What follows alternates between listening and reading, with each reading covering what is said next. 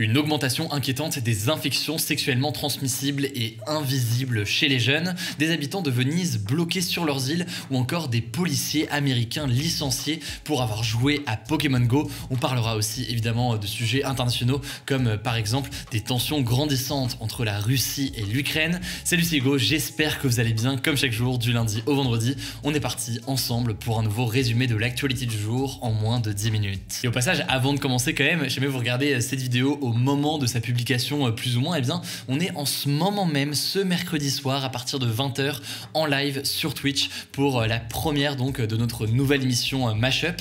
Concrètement, eh bien c'est une émission dans notre nouveau plateau où on va parler de plein de sujets différents avec du débat et du décryptage. On va parler notamment du film Netflix Don't Look Up, de l'interdiction du CBD ou encore des deepfakes. Mon invité aussi pour la seconde partie, ce sera le streamer Rebeudeter. Voilà, n'hésitez pas du coup à nous rejoindre, je vais vous regarder ça à temps. Le lien est directement en description pour la chaîne Twitch. Et puis si vous ratez ça, la rediffusion sera sur YouTube et en podcast dans les prochains jours. Le lien de la chaîne YouTube de Mashup est directement en description. Alors on commence donc avec le sujet à la une aujourd'hui. On va parler d'un sujet qui est pas très glamour, on va pas se mentir, mais qui nous semble en fait assez essentiel à évoquer au vu de la situation actuelle. C'est la circulation importante chez les jeunes des IST, donc les infections sexuellement transmissibles, et plus précisément des IST en fait qui ont la particularité d'être invisibles. En effet, depuis les années 2000, en fait, les professionnels de santé observent une augmentation de deux IST en particulier, les cas de chlamydia et de gonorrhée. Alors pour vous donner quelques chiffres, entre 2017 et 2019 par exemple, le nombre de diagnostics d'infection à la chlamydia, qui est donc la maladie la plus fréquente chez les 18-25 ans, a augmenté de 29% en France.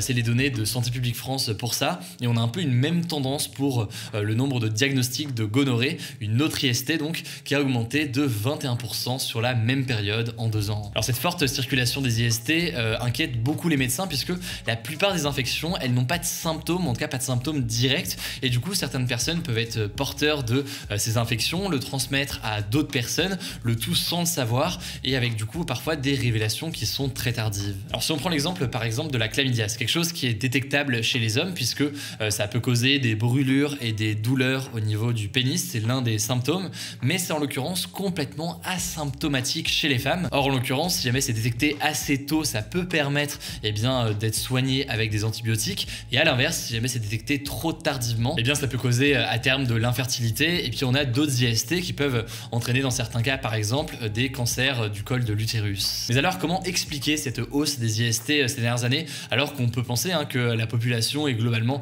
assez sensibilisée à tout ça? La première raison, c'est que visiblement le port du préservatif n'est pas toujours systématique lors d'un premier rapport avec un nouveau partenaire. Et selon une enquête menée en 2021 auprès de 2000 jeunes par une mutuelle étudiante M, 26% des répondants ne l'utilisent pas tout le temps, voire jamais, lorsqu'ils rencontrent un nouveau partenaire. Il y a donc une question de protection lors des rapports sexuels, et il y a aussi une question de dépistage. Typiquement, si vous êtes en relation avec quelqu'un et que vous voulez arrêter le préservatif, le fait de faire des tests de dépistage pour pouvoir arrêter sereinement comme ça le préservatif et s'assurer qu'il n'y ait pas de risque, et typiquement là-dessus, en l'occurrence, le nombre de consultations et de dépistage est en baisse. C'est en baisse notamment à cause du Covid. On observe qu'il y a une baisse en fait depuis le premier confinement en 2020, et en fait ces chiffres ne sont pas remontés. En gros, on n'a pas retrouvé le nombre de consultations et le nombre de dépistages qui existaient chez les médecins avant la pandémie. Alors de son côté, le gouvernement a présenté en décembre 2021 sa stratégie d'ici à 2030 pour améliorer justement la prévention et le dépistage des IST, avec ce but notamment de multiplier les lieux de dépistage gratuits et accessibles sans ordonnance. En tout cas, si vous voulez plus d'informations, je vous conseille un article du Monde sur le sujet qui est bien complet. Et puis au-delà de ça, si vous cherchez d'autres informations sur la question des dépistages ou quoi, je vous mets des petits liens comme d'habitude, vous le savez, en description. Allez, on passe comme chaque jour aux actualités en bref. Il y en a 7 aujourd'hui, rien que ça. Et on commence avec un premier sujet, ça se passe en France. Jusqu'à 800 000 personnes pourraient ne plus avoir de passe sanitaire à partir de samedi. C'est ce qu'a annoncé le ministère de la Santé. Très concrètement, en fait, ça concerne ceux qui ne sont pas à jour en matière de vaccination, et notamment ceux qui n'ont pas fait leur dose de rappel alors qu'ils devaient la faire d'ici le 15 janvier. Alors en général, vous le savez, je sais pas si c'est votre cas, mais concrètement, pour savoir si vous êtes concerné, où est-ce que vous en êtes, à partir de quand est-ce que vous pouvez faire la 3e dose, etc. Vous avez notamment un service de l'assurance maladie qui, à partir de vos infos en fait, vous donne la réponse sur tout ça. Du coup, je sais pas si ça vous intéresse, je vous mets un petit lien en description. En tout cas, quoi qu'il en soit, en parallèle, l'obligation de 3e dose et de la vaccination bientôt pour conserver son pass sanitaire est au cœur des débats. On en a parlé, on en reparle encore et on en reparlera évidemment dans les prochains jours puisque c'est un sujet majeur qui nous concerne au quotidien. Et justement, puisqu'on parle de vaccination et de débat en ce moment sur l'obligation de vaccination ou non pour continuer à aller dans les transports, restaurants, etc. Eh bien on part désormais en Italie puisque depuis ce lundi, le pass vaccinal et donc le vaccin est obligatoire pour se rendre dans les transports en commun.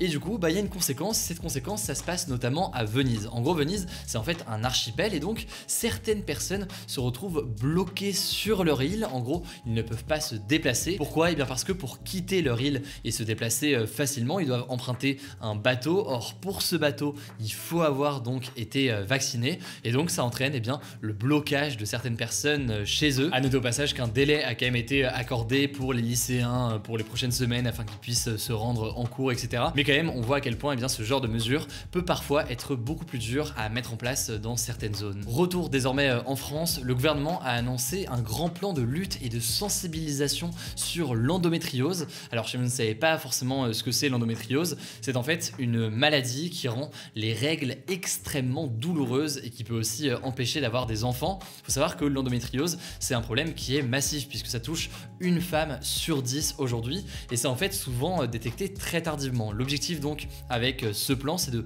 mieux faire connaître, mieux diagnostiquer et de mieux prendre en charge les personnes qui sont touchées par cette maladie.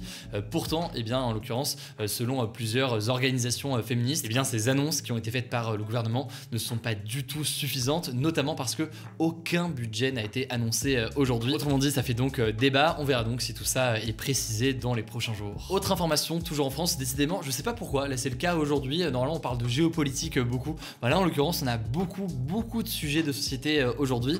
Là, en l'occurrence, une autre actu, c'est que à partir du 16 mars 2022, les hommes bisexuels et homosexuels vont pouvoir donner leur sang quand ils le veulent. En fait, jusqu'à présent, ils devaient avoir une période d'abstinence de 4 mois, donc 4 mois sans avoir de relations sexuelles pour pouvoir ensuite donner leur sang. La raison qui était en fait invoquée par les autorités de santé dans les années 80, c'est que la pandémie de sida touchait particulièrement la communauté LGBT et donc il y avait ces restrictions qui étaient faites sur le don du sang par ces personnes-là. À partir de mars, donc il y aura un changement là-dessus et ça faisait 40 ans que les associations le demandaient, estimant en fait que cette mesure était discriminante envers les personnes homosexuelles puisque cette même abstinence n'est pas demandée aux personnes hétérosexuelles. Voilà donc pour les sujets de société. Décidément, il y en a eu beaucoup aujourd'hui. Autre actualité, cette fois-ci c'est une actu internationale. Le chef de l'armée ukrainienne a déclaré, je cite, « On se défendra jusqu'à notre dernière goutte de sang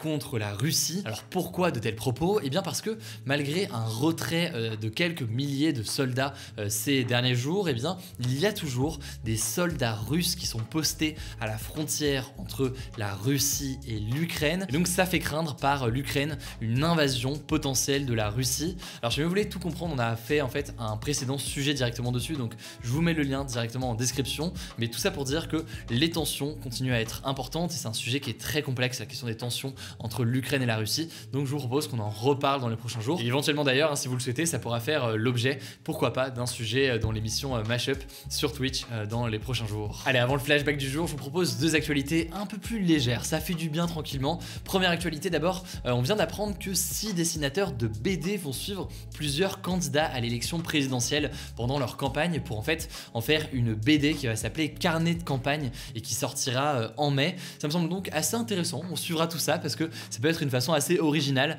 d'avoir une immersion comme ça au cœur des différents candidats à la présidentielle et de voir les coulisses mais sous forme de BD. Donc on aura hâte de voir ça, on en reparlera évidemment dans les prochains jours. Et enfin, dernier sujet donc, on ne m'arrête plus. Cette fois-ci on va parler de 2 policiers de Los Angeles aux États-Unis.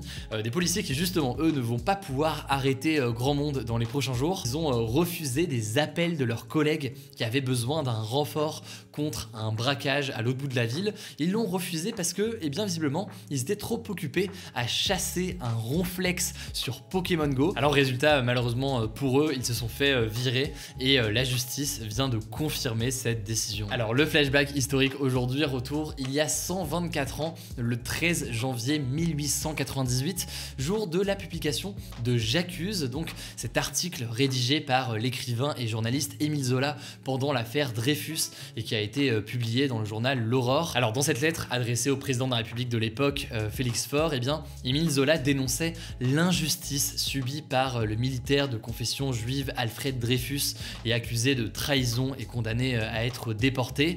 Cet article, J'accuse donc, du 13 janvier 1898, a eu un immense impact dans l'affaire et ça a valu en fait à Émile Zola une condamnation à 1 an de prison 1 mois plus tard. Je vous mets donc des liens en description. Là aussi, c'est la 10e fois que je le dis. Décidément, je me répète beaucoup aujourd'hui, mais je vous mets des petits liens en description si jamais vous voulez en savoir plus. Alors, pas de débat hier, pas de débat aujourd'hui, du coup, c'est tout pour ce nouveau résumé de l'actualité en moins de 10 minutes. S'il n'est pas encore 22h et qu'on est mercredi et que vous regardez cette vidéo, rendez-vous directement du coup sur Twitch pour découvrir le live de Mashup. Le lien est en description. Pensez évidemment à suivre la chaîne Twitch pour ne pas louper les vidéos suivantes.